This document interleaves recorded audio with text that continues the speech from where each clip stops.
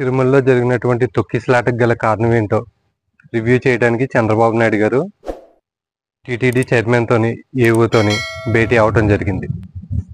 వాళ్ళిద్దరూ ఆ మీటింగ్ లో ఎంత ఘోరాతి ఘోరంగా బిహేవ్ చేశారంటే, దైవ సన్నిధి వద్ద భక్తితో పనిచేయటానికి అంత బాధ్యతాయుతమైన పదవిలో ఉన్న ఇద్దరు వ్యక్తులు ఒకళ్ళ మీద ఒకళ్ళు స్వయంగా చంద్రబాబు నాయుడు గారు ముందే విమర్శలు చేసుకుంటున్నారు. టీటీడీ చైర్మన్ గా ఉన్నటువంటి బిఆర్ నాయుడు గారు అసలు శ్యామలరావు గారు నాకు ఏ విషయం చెప్తలేదు, నన్ను అసలు పట్టించుకోవట్లేదు, నేను ఉండి ఎందుకు ఉపయోగం అని చెప్పి చంద్రబాబు నాయుడుతో కంప్లైంట్ చేయడం జరిగింది ఆ భేటీలో.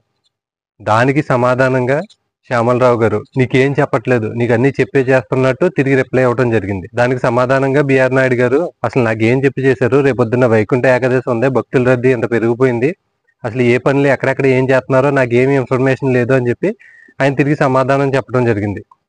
దానికి సమాధానంగా మళ్ళీ శ్యామలరావు గారు మీరేమన్నా మాకేమన్నా చెప్పి చేస్తున్నారా, మీరు మాకు టీటీడీకి సంబంధించిన ట్రస్ట్ విషయాల్లో మీ ఇష్టం వచ్చినట్టు ప్రెస్ మీట్లు పెట్టేసి మీ ఇష్టం వచ్చినట్టు మాట్లాడేశారు, ఇప్పుడు వాటి గురించి మేము పని చేయలేక వస్తున్నాం అన్నట్టు ఆయన మాట్లాడడం జరుగుతుంది. ఇవన్నీ ముఖ్యమంత్రి చంద్రబాబు నాయుడు గారు ముందు ఉండగానే వాళ్ళిద్దరూ ఒకళ్ళ మీద ఒకళ్ళు విమర్శలు చేసుకుంటున్నారు. అంటే ఒక 6 ప్రాణాలు పోయినాయి, ఒక 40 మంది గాయాలతో పడి ఉన్నారు. అటువంటి సందర్భంలో వీళ్ళిద్దరూ బాధ్యతాయుతమైన పదవిలో ఉండి నాకు పెత్తనం ఇవ్వట్లేదంటే నాకు పెత్తనం ఇవ్వట్లేదని చెప్పి ఒకరినొకరు కొట్టుకుంటున్నారు. ఈవెన్ చంద్రబాబు నాయుడు గారికి కలగ చేసుకుంటే వాళ్ళిద్దరికి గడ్డి పెట్టేదాకా వాళ్ళ వాగ్వాదం అయితే ఆగలేదు.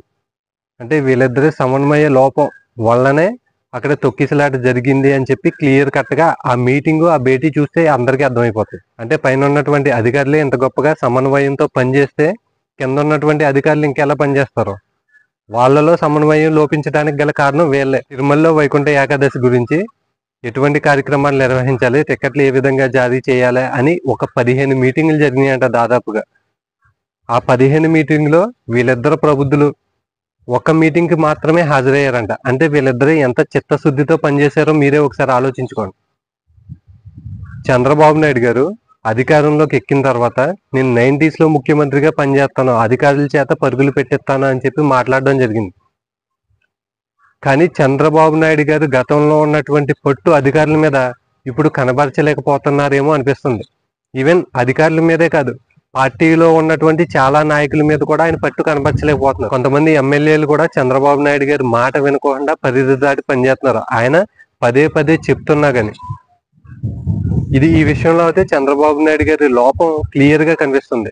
వీళ్ళిద్దరూ ఈ స్థాయిలో కొట్టుకుంటున్నారంటే గనక చంద్రబాబు నాయుడు గారి లోపం కూడా అందులో ఉన్నది. అసలు అక్కడ జరిగిన ఇన్సిడెంట్ మీద రివ్యూ చేద్దామని చెప్పి వీళ్ళిద్దరిని పిలిపించుకుండి చంద్రబాబు నాయుడు గారు భేటీ అయితే వీళ్ళిద్దరేమో నువ్వు నా మాట వింటలేదు, ఆయన నా మాట వింటలేదు అని చెప్పి ఒకరినొకళ్ళు చిన్నపిల్లల్లాగా ఆయన దగ్గర కంప్లైంట్ చేసుకుంటున్నారు. ఈ ఇష్యూలో అయితే వాళ్ళిద్దరి సమన్వయ లోపం ఎంతైతే ఉందో చంద్రబాబు నాయుడు గారు కూడా వాళ్ళిద్దరి మీద పట్టు లేకపోవడం వల్లనే ఈ స్థితిలో వాళ్ళు ఆయన ముందే కొట్టుకునే స్థాయికి వచ్చేసారు.